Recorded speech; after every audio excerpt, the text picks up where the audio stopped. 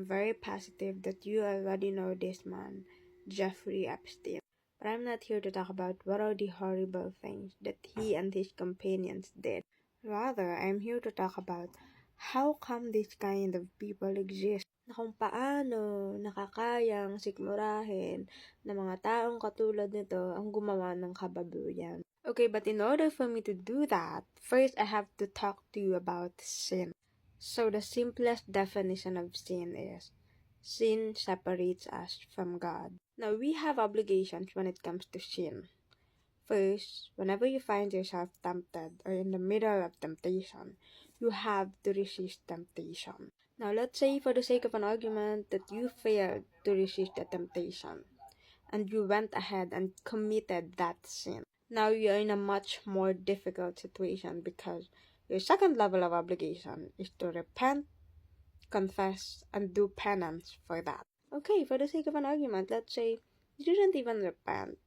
You did not even confess that sin. Rather, you went ahead for another round of that forbidden pleasure. Inulit mo pa. Now, doon na papasok yung God's punishment. So, when we say punishment, yung iniisip natin, parang nakakatakot, grabe, talaga namang kikidlatan ka. Pero hindi, di ba? Ilang beses ka na bang gumawa ng kasalanan tapos hindi mo kinumpisal o pinagsisiyan man lang? Pero never kang kinidlatan.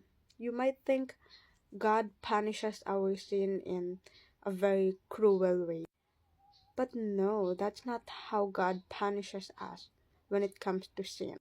Bago ang lahat, disclaimer, nabasa ko lang lahat ng sasabihin ko sa inyo dito sa librong to, Lord Have Mercy, The Healing Power of Confession by Scott Hahn. So, sabi niya dito, the worst punishment we can receive is the attraction the sin exercises upon us. Naisip niyo ba yun? Na yung parusa niyo pala sa kasalanan niyo ay yung mismong naa-attract ka, na humaling ka, gustong-gusto mo nang ulit-ulitin gawin yung kasalanan na yun. Yun na mismo yun. Yun yung parusa sa'yo ni Lord. Sabi dito, because once they experience it, they want it more. So, kapag pinabayaan na tayo ni Lord sa mga pleasure na gusto natin, we find we can no longer resist them at all. Hindi na natin sila parang, hindi man lang tayo tinatablan ng kaba. Para bang feeling natin wala nang mali sa ginagawa natin. Guys, parusa na pala yun. Yung parang nanonormalize na yung kasalanang ginagawa natin. So, mahuhook na tayo, magiging dependent or codependent, o kaya naman, ma-addict na tayo sa kung ano man yun. Sabi dito, when people persist in choosing the lesser good, God eventually removes their restraints. So, tatanggalin na ni Lord yung kahit pa paano, mayroon pang nagpipigil sa'yo, di ba? Mayroon pang bumubulong-bulong. Mali yan, huwag mong gawin yan. Eventually daw, tatanggalin na ni Lord yung, kung babasahin daw natin yung letter ni St. Paul sa mga taga-Romans, chapter 1, verse 24 to 28. God gave the pagans up in the lust of their hearts to impurity, because they exchanged the truth about God for a lie, and worshipped and served the creature rather than the Creator. God gave them up to dishonorable passion, and to a base mind, and to improper conduct. In punishing people, God respects their freedom. Ginagalang ni Lord yun. Yung kagustuhan mo, yung gustong-gusto mo, ibibigay niya sa'yo. He gives them up to the lust, the passion, and the conduct that they themselves had chosen. Pinili mo yan, diba? Parang ganon. The pleasure in sinning is the first punishment for sin. Nakakatakot, no? Nakala natin, just because tuloy-tuloy pa rin tayong nagko-commit ng isang maling bagay ng kasalanan, just because parang walang hadlang, parang tuloy-tuloy lang yung ligaya, parang wala namang kumukon, just because it seems like ang dali-dali. Hindi pala dahil tama. Kasi minsan nanonormalize na gumagawa tayo ng isang bagay palagi.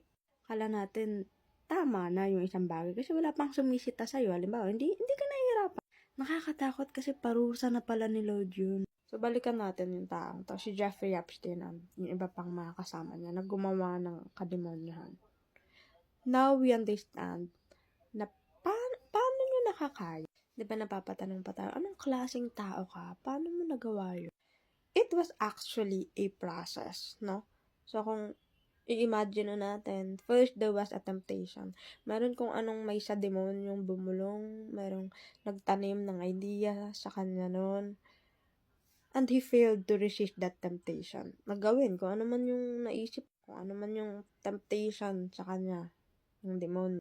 So, he failed to do the first level of obligation na iwasan mo, umalis ka dyan, huwag kang bumigay sa tukso. So, he failed to do that. Second level of obligation, nakagawa na siya ng kasalanan, di ba, kung ano man yun. Second level of obligation, repent, pagsisihan mo yung ginawa mo. Confess, magkumpisal ka, and do penance for it.